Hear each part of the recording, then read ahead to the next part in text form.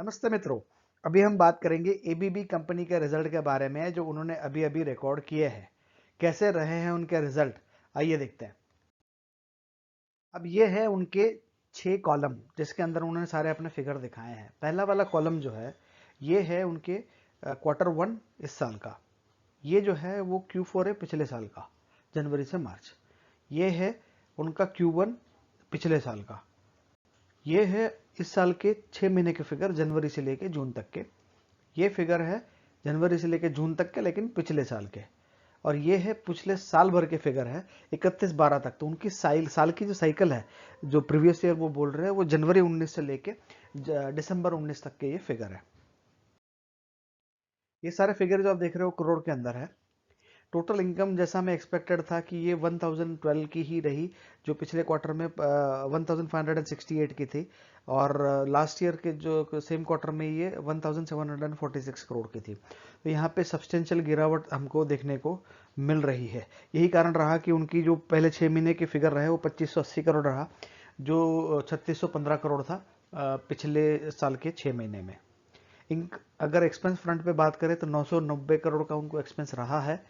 तो एक्सपेंस भी इन्होंने घटाया है, जो पिछले क्वार्टर में 1538 करोड़ था और सेम क्वार्टर में लास्ट ईयर में 1633 करोड़ था। तो अगर पहले 6 महीने देखें तो 2529 करोड़ उनका का एक्सपेंस हुआ है, 2529 करोड़, जबकि 3364 करोड़ का उनका एक्सपेंस हुआ था लास्ट ईयर के पहले 6 महीने में।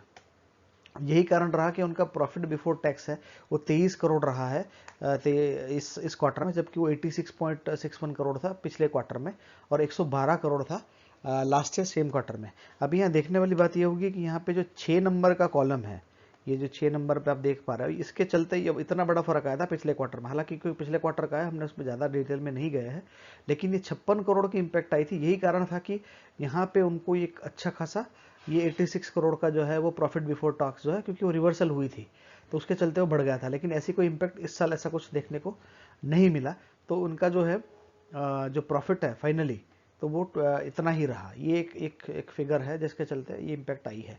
तो इस क्वार्टर की अगर बात करें तो ये 23 करोड़ का उनका प्रॉफिट रहा है। यही कारण रहा कि उनका profit for the tax period, मतलब वो टैक्स वैक्स हटाने के बाद अगर बात करें तो 16 करोड़ के आसपास रहा, जो पिछले क्वार्टर में 64 करोड़ था, पिछले साल के क्वार्टर में 69 करोड़ था। तो ये सब्सटेंशियल रिडक्शन है उनके परफॉर्मेंस में। तो बेसिक ईपीएस जो है उनका वो 0.77 ही रहा, जो 3.05 था पिछले क्वार्टर में और 3.29 था पिछले साल के अंदर। तो अभी इसको देख के तो लग रहा है कि उनका जो साल भर का, पिछले साल भर का 14 का जो ईपीएस था वो कम होगा। हो सकता है कि इस साल वो 10 से भी नीचे आ जाए। तो इसकी जो है हम प्राइस के ऊपर भी इम्पैक्ट देख सकते हैं, क्योंकि अगर इनका ईपीएस कम हो जाएगा तो फिर उसका जो पीई रेशियो है जो ऑलरेडी हाई है, हम आगे देखेंगे, तो उसमें फिर प्राइस में करेक्शन एक्सपेक्ट कर सकते हैं।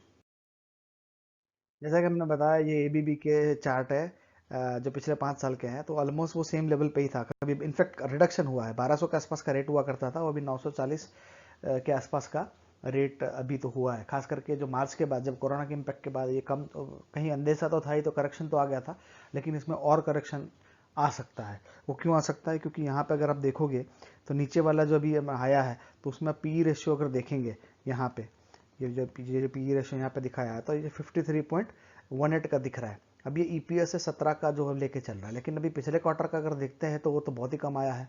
तो ये इसके हिसाब से हमने जैसा कहा कि हो सकता है कि इस साल का जो है वो 10 से भी कम में आएगा। तो अगर 10 से भी कम में आएगा तो उनका ईपीएस जो है वो ई रेट पे देखेंगे तो 80-90 के आसपास चला जाएगा। तो शायद मार्केट उसको इतना प्रीमियम नहीं देगा प्राइस पे।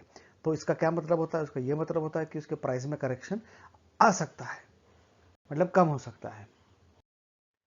मित्रों, यहीं पर हम अपना वीडियो समाप्त करेंगे। अगर आपको अच्छा लगा हो तो लाइक करें, कमेंट करें, शेयर करें, सब्सक्राइब करें। वीडियो देखने के लिए बहुत बहुत धन्यवाद।